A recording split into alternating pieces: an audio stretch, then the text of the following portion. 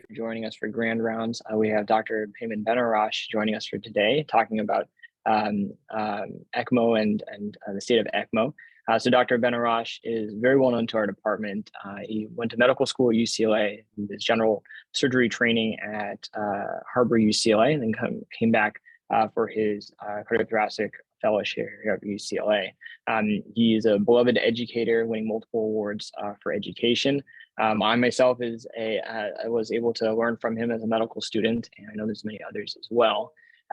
But he is, and today's capacity, he's speaking to us as the director of our ECMO program. So thank you very much, Dr. Benharash, for joining us today, and I'll turn it over to you for now. Yeah, thank you very much, Chris. My pleasure to be here, and thank you very much to the whole Division of Cardiology for having me here today. I'll be discussing sort of the current status of ECMO with a bit of a historical perspective. So most innovations, as you may imagine, are inspired by the inability to alleviate human suffering. This is an excerpt from the memoirs of John Gibbon, the inventor of the heart-lung machine. It's a glimpse into his thoughts and ideas on how to help a patient with pulmonary embolism. He thought it would be life-saving if he could take some of the dark blood from the right side of the heart and bypass the lungs and then return it back into the left. At the time, of course, none of this was available. So a guy named Walton Lillehei in the University of Minnesota decided to perform these cross-circulation experiment where he would connect the baby to a mother or father's femoral artery and use them as the bypass machine to do very simple intracardiac repairs. These operations were extremely risky and on many occasions had a 200% mortality. The expression, we stand on the shoulder of giants, is particularly true in the case of extracorporeal circulation. At the time of these cross-circulation experiments I just mentioned, John Gibbon had spent many years in the laboratory at Thomas Jefferson and subsequently at the University of Minnesota to produce the first working prototype of a heart-lung machine. A key figure in extracorporeal circulation and the use of ECMO is a gentleman named Dr. Bartlett. He's a thoracic surgeon currently at the University of Michigan. He introduced and has popularized the use of ECMO, as we'll see later on in this talk. This slide, adopted from Dr. Bartlett himself, demonstrates the progression of organ replacement in medical history.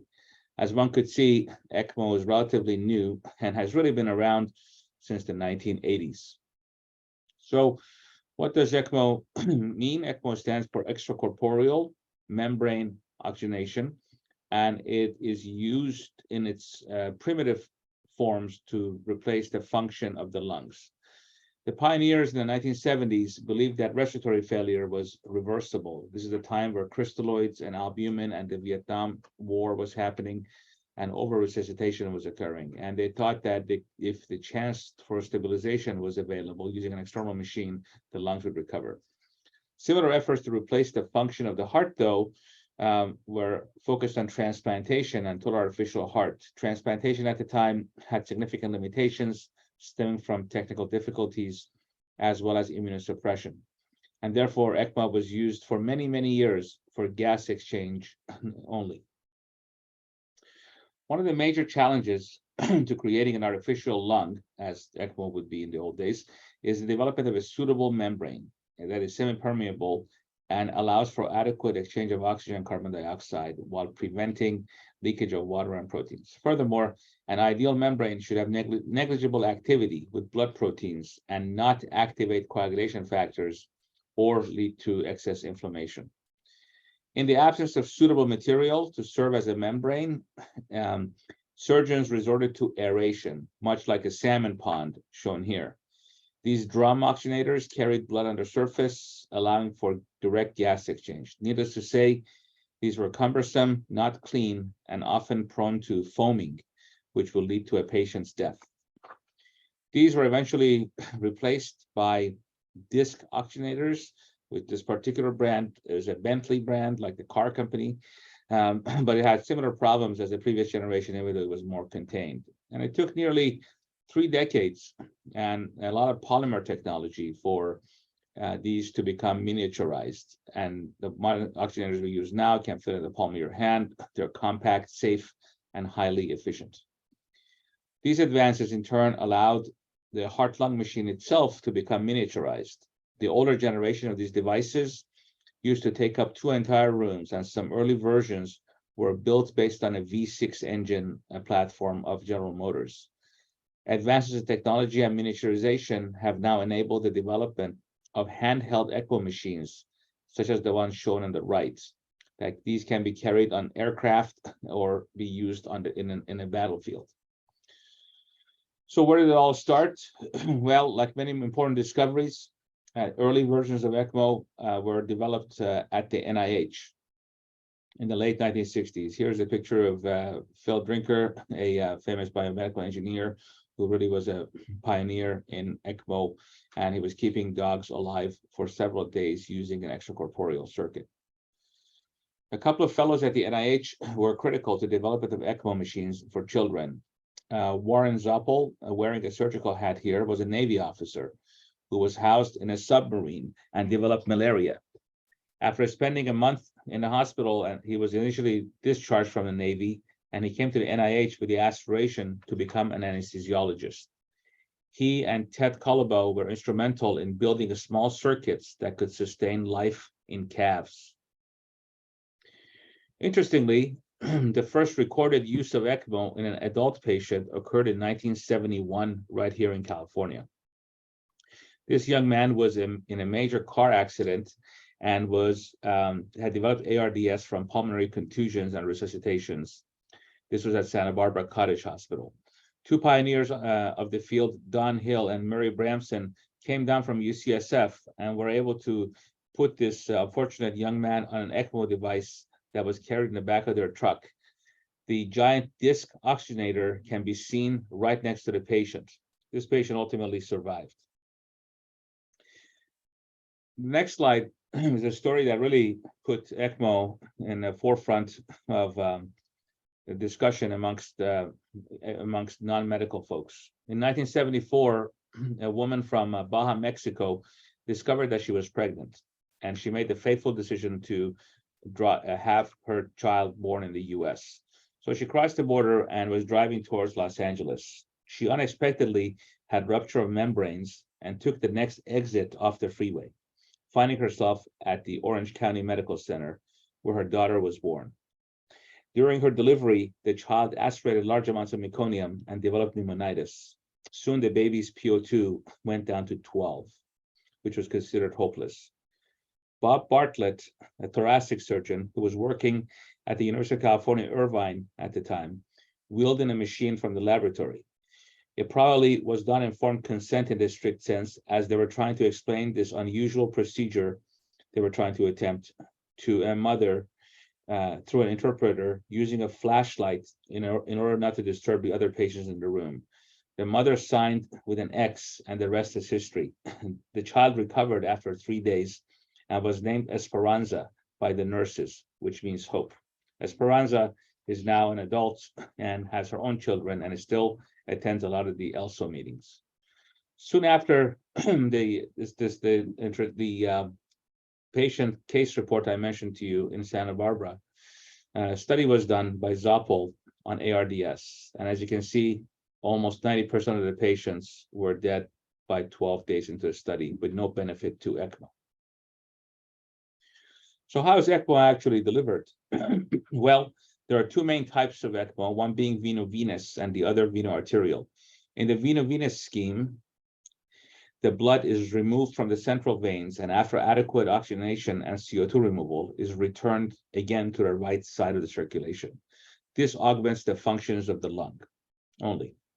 Veno-arterial ECMO, in contrast, returns the blood to the arterial side and therefore serves both as a pump and an oxygenator. VV ECMO in full support can maximize arterial saturations and allowing for rest settings on the ventilator. And the ABGs are manipulated with the gas blender across the semi-permeable membrane. And during weaning, one can just reduce the sweep gas, which is the air that mixture that's going around the membrane, or reduce the pump flow. And of course, concomitantly, one may increase the ventilator settings to see what the lungs are actually doing. In summary, VENOVENOUS ECMO only provides respiratory support and it returns oxygenated blood closer to the right atrium. It allows for lung rest and promotes pulmonary vasodilation. However, one does need uncompromised cardiac function. VENOVENOUS cannulation, there are many ways to do this. However, the two classic ones are femoral, as shown on the right side, or femoral venous on the left side. Femoral to the neck on the left side. So we currently at UCLA have a majority of patients cannulated in the B mode here. As you can imagine, these cannulas are drawing almost 4 to 5 liters of blood from each other. And if the cannulas are too close to each other, one can recirculate the blood. Recirculation leads to inefficiency in gas exchange, and thus cannulas typically have to be as far away from each other as possible. Switching to veno-arterial ECMO, this modality is used to support both the heart and the lungs, and if it's used in full support mode, it requires a blood flow that's equivalent to a cardiac index of 2.4 or greater.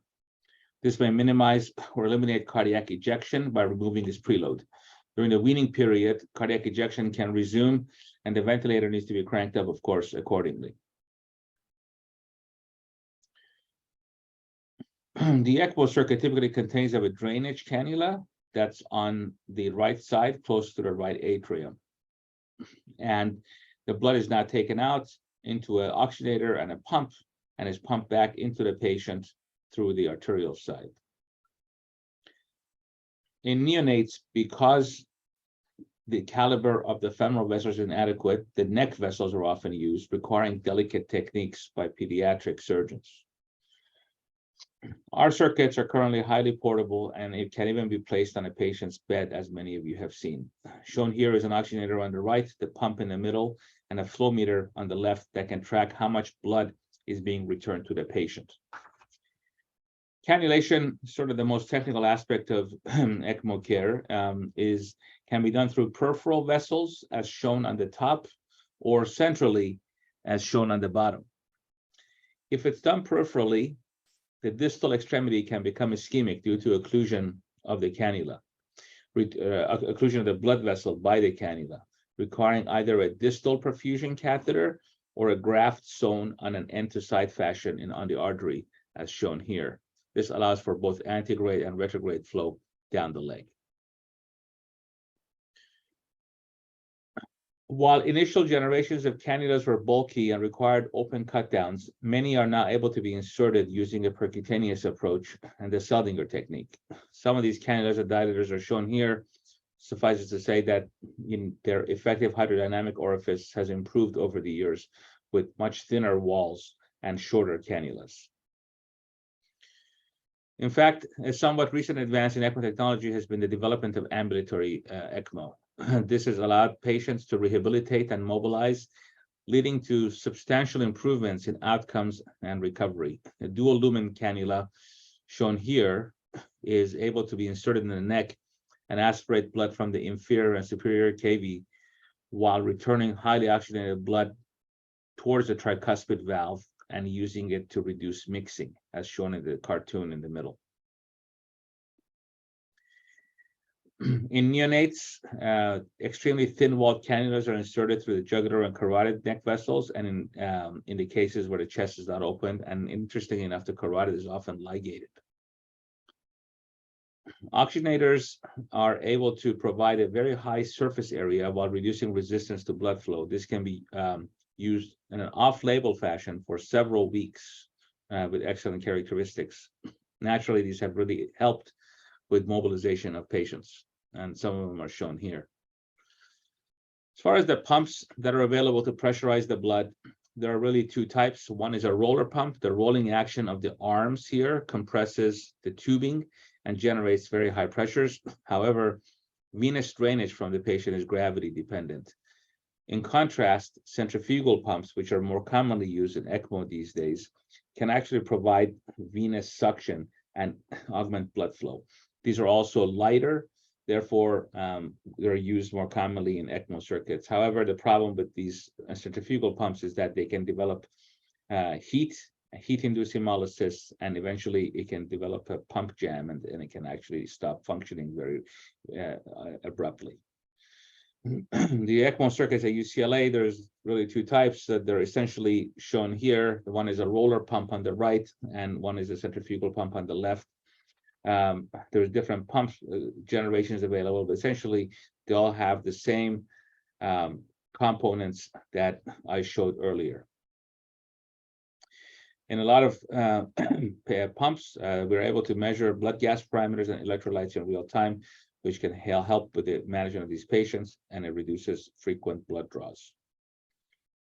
Moving on to ECMO indications, some of the cardiac indications are shown here. These include post-cardiotomy failure after heart surgery, cardiogenic shock, refractory VTVF, and a whole slew of newer indications that are coming as we are able to understand what ECMO can and cannot do.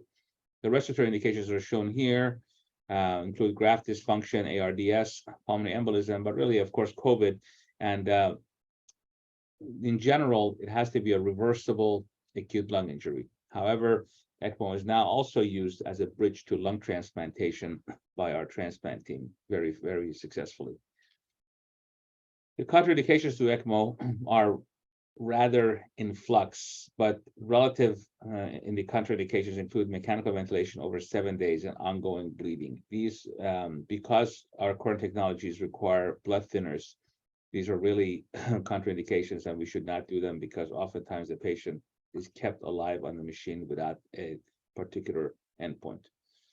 Absolute contraindications obviously are here for veno-arterial ECMO, which is something that us and our cardiology colleagues deal with regularly, is unwitnessed cardiac arrest and aortic dissection for obvious reasons because the cannulation is peripheral. These are not conducive to the use of ECMO. Of course, ECMO has a lot of complications given its complexity and delicate nature. These include coagulopathy, bleeding, and organ dysfunction, limb ischemia, strokes, or head bleeds, and equipment-related problems, of course, like decannulation, line separation, clotting, air embolism, and power failure can all happen. And it requires a very in-tune team to constantly check and optimize ECMO support for each patient individually. This is an example of an oxygenator that thrombosed suddenly in a liver transplant patient that we were called to do, and the patient had disseminated coagulation of everywhere in the ventricle, and when we put them on ECMO, suddenly our oxygenator clotted, even though the INR was very high. So this tells you that patients could be very hypercoagulable without having a normal INR. Our group has evaluated national trends in the use of ECMO and found a 5-fold increase over the last decade. This study was done by Yas, who's our current fellow, and it demonstrated that across the nation in 2019, about 5,000 cases of ECMO were done compared to about 900 in 2008. And of course, now we're almost at 9,000 according to the recent ELSO reports. Interestingly, there is wide variation as in the use of ECMO, even though mortality shown in orange has gone down to almost 40%. There's a big variation by region in the use of ECMO, with the Northeast and the southern region having the highest per capita use of ECMO.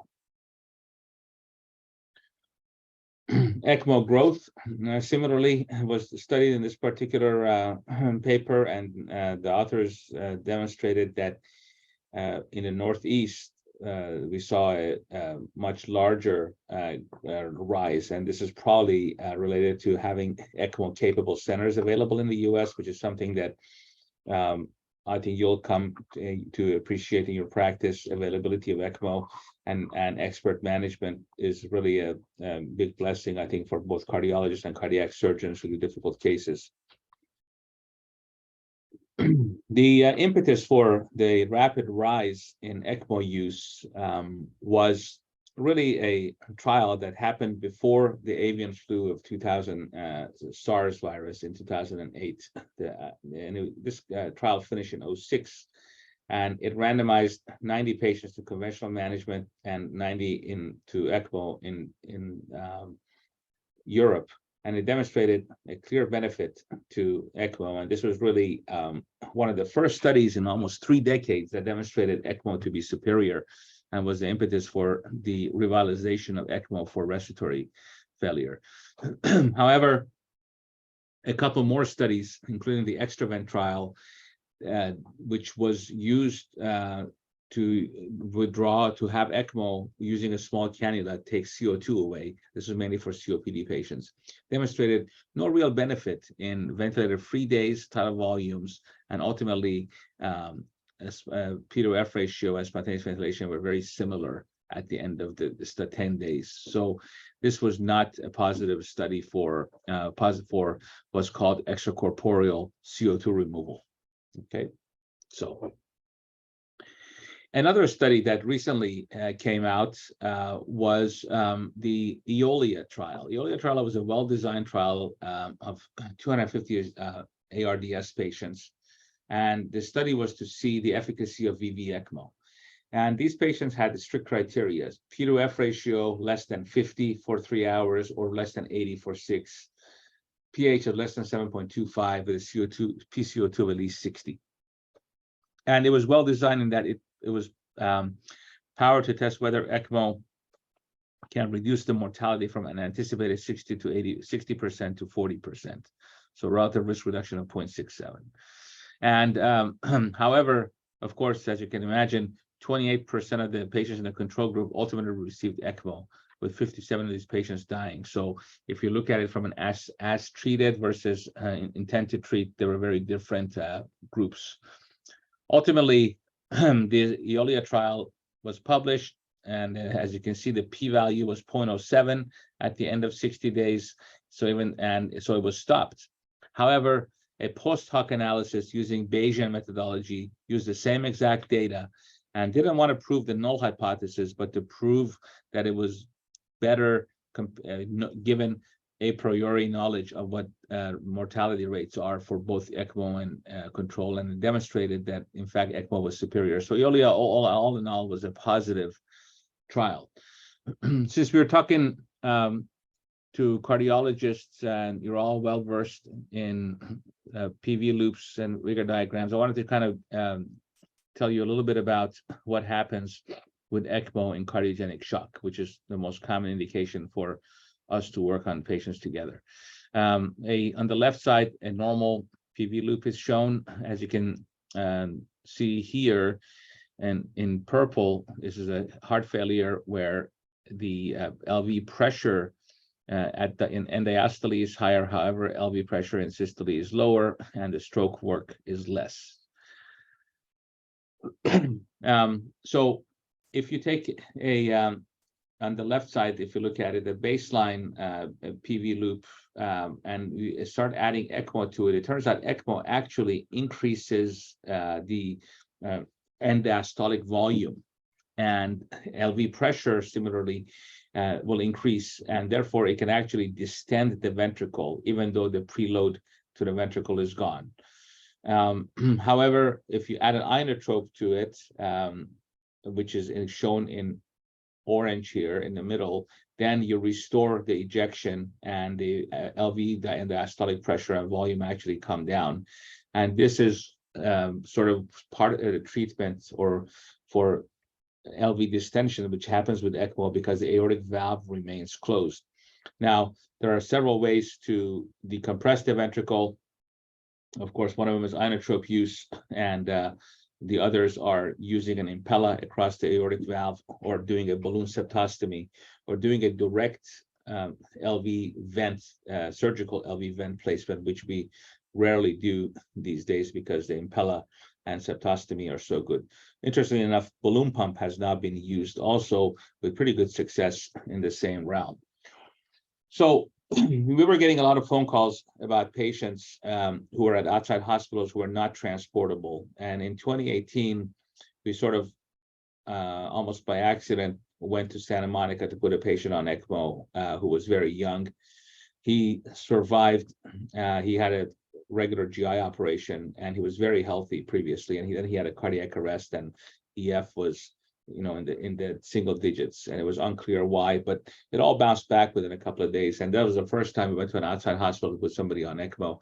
And then we realized that there was an opportunity here to expand what we do to our own patients at Reagan and expand this service to others who would be otherwise not able to receive such therapy. And so we have since then we have been to several hospitals. It turns out LA County, even though you would think it's very modern and in the West Coast in a big city, there's 80 acute care hospitals. 40 of them in LA County perform PCI or cardiac surgery. And before the pandemic started, only 4 of them were able to put patients on ECMO. That number has now increased to about 8.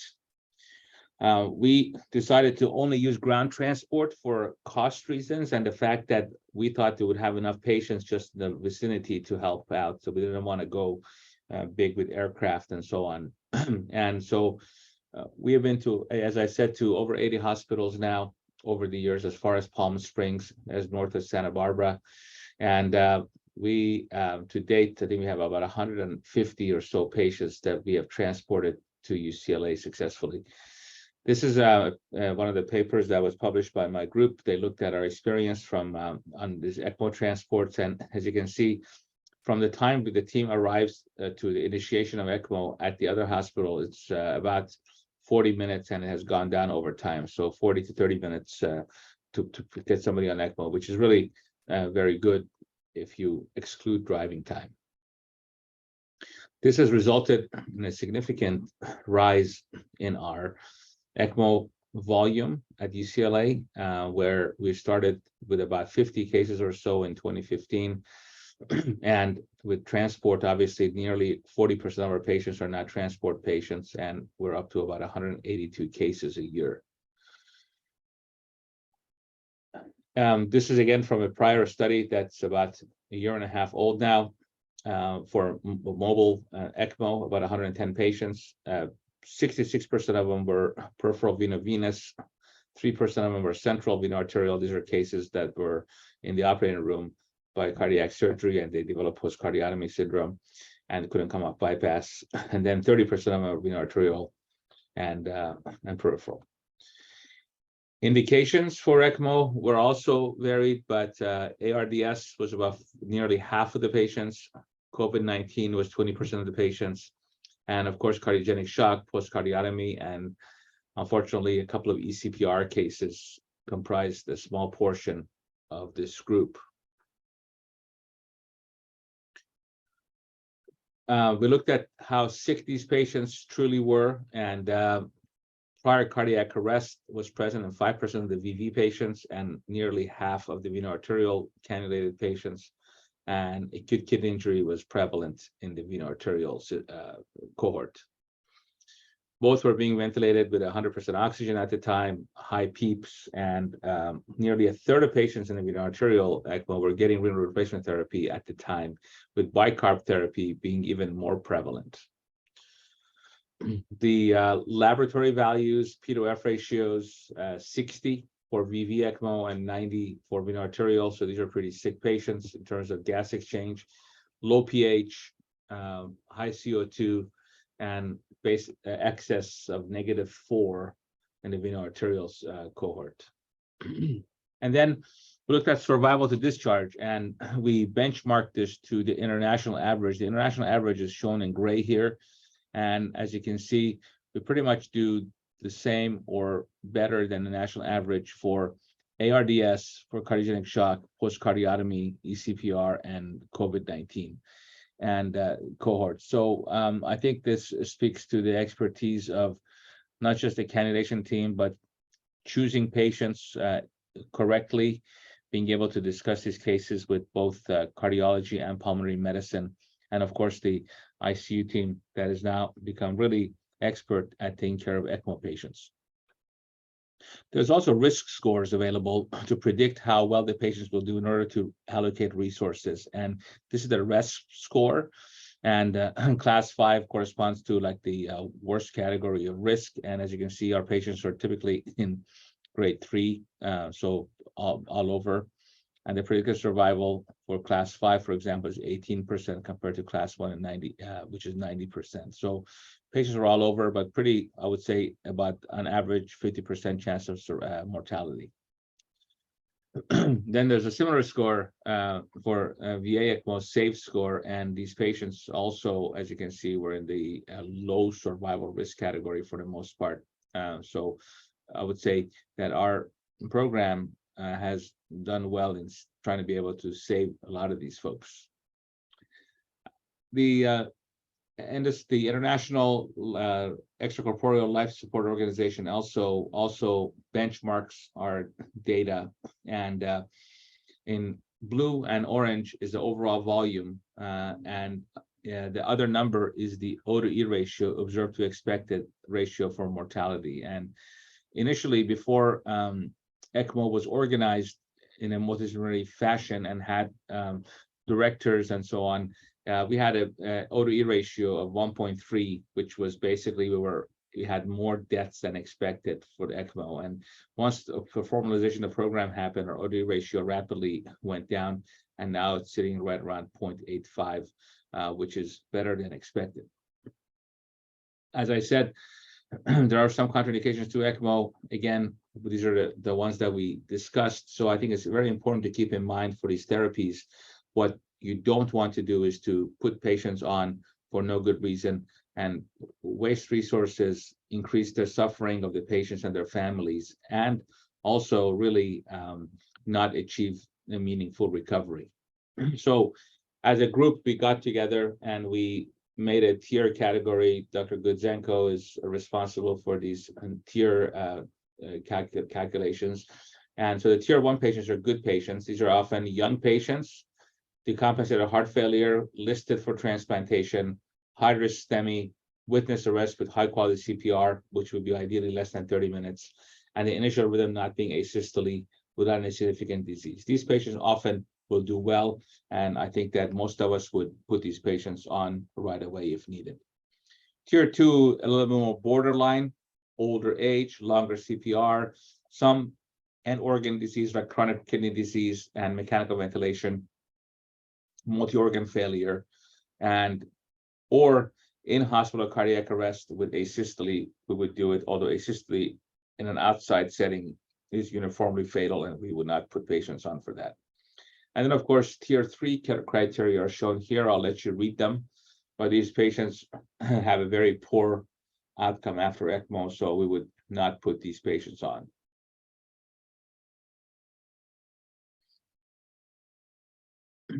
This is truly a multidisciplinary effort. The nurse practitioners, care partners, everybody who works in that ICU, the cardiomyopathy service, pulmonary service that rounds with us, the intensivist, everybody kind of does their part to make sure that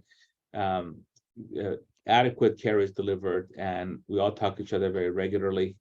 This is when we went to the VA to put a patient on ECMO for temporary PCI support, and literally it took a village to do this case, and the patient had a great outcome. In the last few minutes, I'll talk about a couple of the future directions of ECMO, and they include being able to generate non-thrombogenic surfaces and also reducing ischemia reperfusion injury, which is responsible for a lot of the deaths that we see after ECMO. So surfaces that are hydrophilic, very hydrophilic, they would get water on them, and then the red blood cells and the white blood cells would only see water, and they wouldn't react to it. So there's been a lot of talk about making surfaces hydrophilic, albumin coated, phosphorylcholine coated, heparin-like coated, polyethylene glycol coated, but none of these have actually worked. It turns out they either leach off the tubing very quickly, or they get coated with a pseudo with a plasma coating that then blocks whatever molecule you had underneath. So what our chemists at UCLA, they have been working on these Zwitterionic type material, which is they have a positive and a negative charge on the same molecule that's separated, and they are extremely hydrophilic, so they can get water absorbed onto them right away, and theoretically they would reduce the need for anticoagulation. These are some of the cartoons they have with the Zwitterionic chains that would cover the entire tubing. We have worked on this a bit, and the results are mixed. I would say this is not sort of the panacea that people were looking for, but I think that there's a lot of work being done on reducing the need for systemic anticoagulation.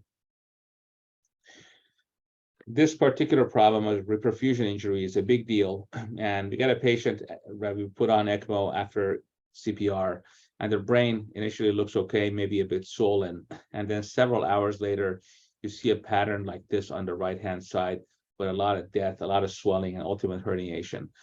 This happens because the cells were starved of oxygen, and when we have reestablished circulation, the reperfusion, the oxygen-free radicals cause a lot of cell damage. Well, this particular phenomenon was well known to a cardiac surgeon who was at UCLA since the 1960s, Dr. Buckberg. He passed away only about 4 years ago. So what he did is he studied heart surgery and the way we were stopping the heart in the 1960s, and he found out that during ischemia you get lactate production, lower pH, the mitochondrial transition proteins are closed, and then during reperfusion you get this inflow of oxygen, lactate gets washed out, MPTP opens, and then ultimately the caspases and so on, they get activated and the cell dies from reactive oxygen species. In fact, this particular slide is a phenomenon that was discovered at UCLA. It's called contraction band necrosis of the myocardium, and this happens when ischemic cells are exposed to calcium. So it's a reperfusion injury using calcium, and as you can see, the cells don't have nuclei, but the bands, the Z bands, are now very bright. So this is equivalent to a muscle that has died while cramping, and this was a real problem in heart surgery. And so Dr. Buckberg, what he did at the time is, using a series of experiments, he sort of made this solution called the Cardioplegia solution to stop the heart, Cardioplegia. And he added pH buffering agents like THAM. He added citrate to leach the calcium out during bypass. And he added high doses of glucose because in ischemic conditions, glucose is used as the fuel. And then he also added glutamate and aspartate, which are two of the key parts of the TCA cycle that are depleted early in under a stress.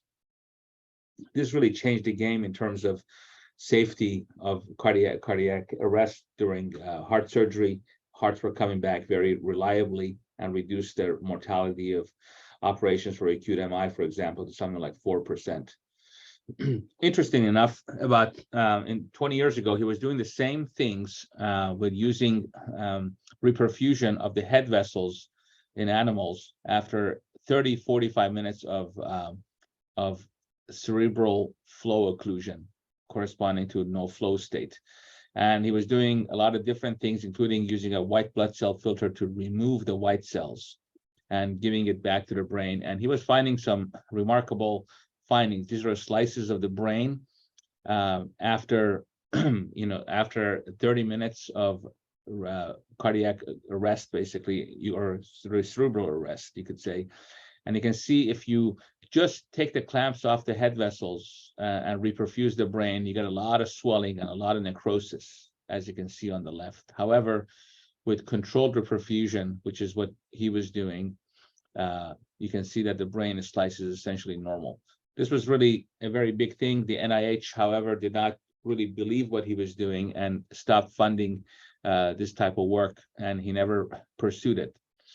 However, one of his graduate students who came from Germany started looking at the same problem of reperfusion for ischemic legs, and he developed controlled perfusion of limbs, and he demonstrated that patients, even after 8 to 10 hours of limb ischemia, would not require a fasciotomy or lose their leg using this reperfusion strategy.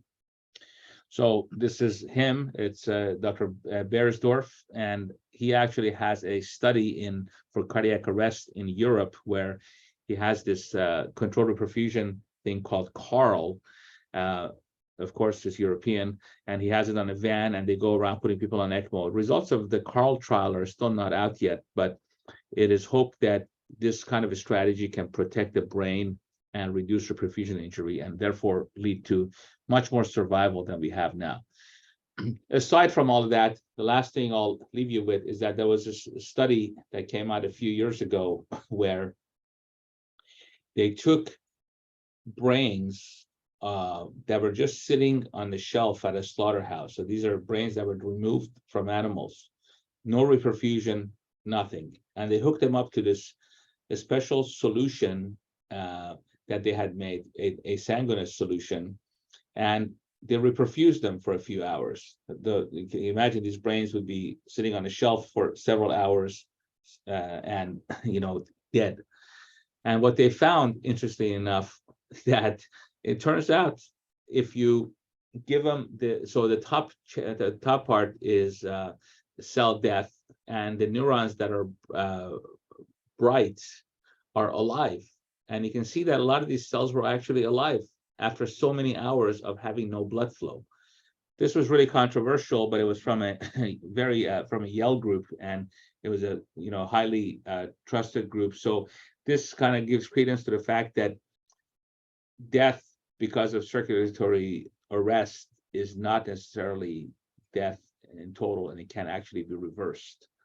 And so we'll see what happens with reperfusion, but I think that the area of reperfusion injury prevention is a big deal in ECMO, and we can save a lot of lives by just changing the way the brain reacts to oxidation and stress. Because as you may have seen on your rotations or in clinical practice, a lot of hearts come back, liver comes back, kidney comes back. But what doesn't is the brain, and I think that is going to be the next forefront really for us to tackle.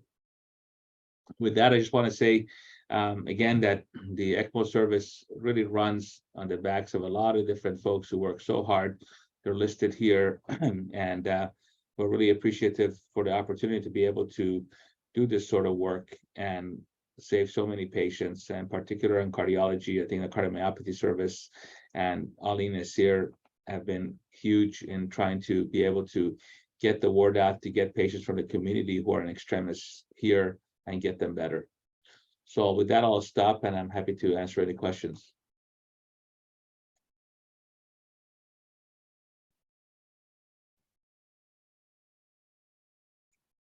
Thank you, Dr. Benharash. That was an amazing talk. I had a question. So you showed that you have so much increase in the ECLS over the last several years, and then there's not that many ECMO centers in Los Angeles. Where do you think is going to be the sweet spot for UCLA, and when do you think other centers are going to have to start increasing their ECMO capacity to sort of offload the I guess the capacity of UCLA? Yeah, I mean, I think that's a seriously debatable question.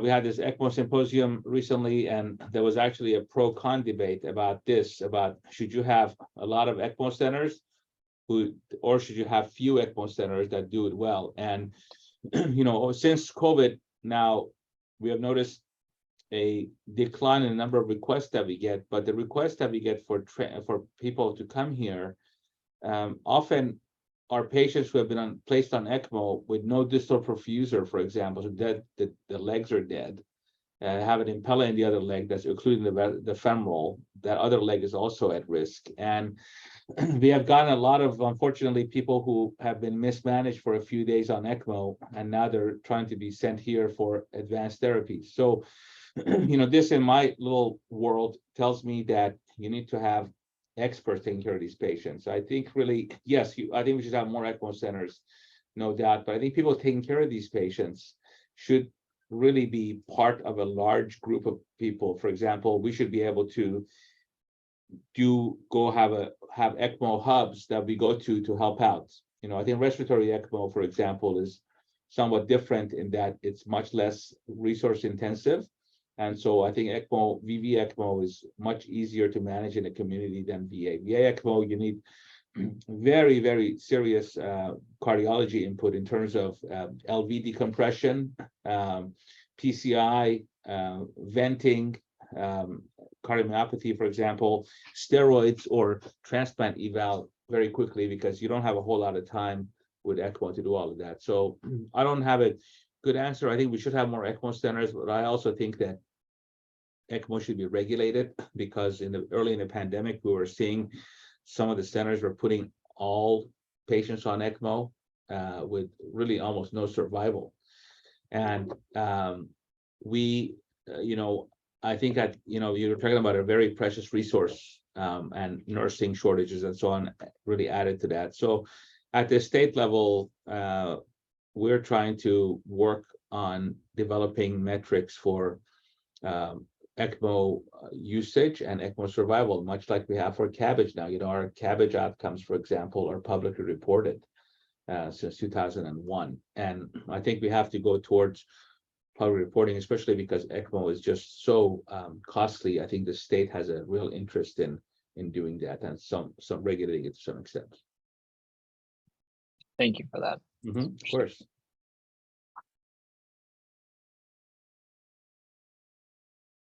Any other questions?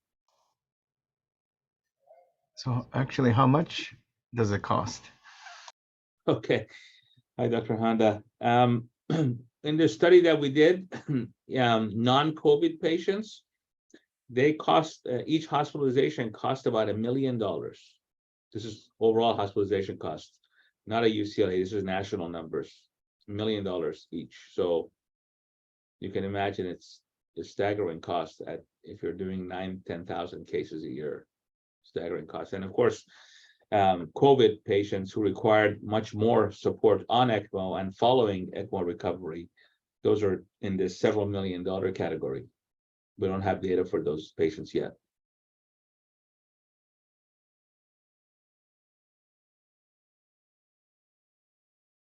Okay, well, sounds like there's no further questions. I really appreciate the opportunity again, and thanks to each of you for working with us so well and making these patients get out of here and go home in good shape. Thank you so much. Thank you, Dr. Benharash. Really Bye-bye. appreciate it. Okay. Thank you. Of course. Bye-bye.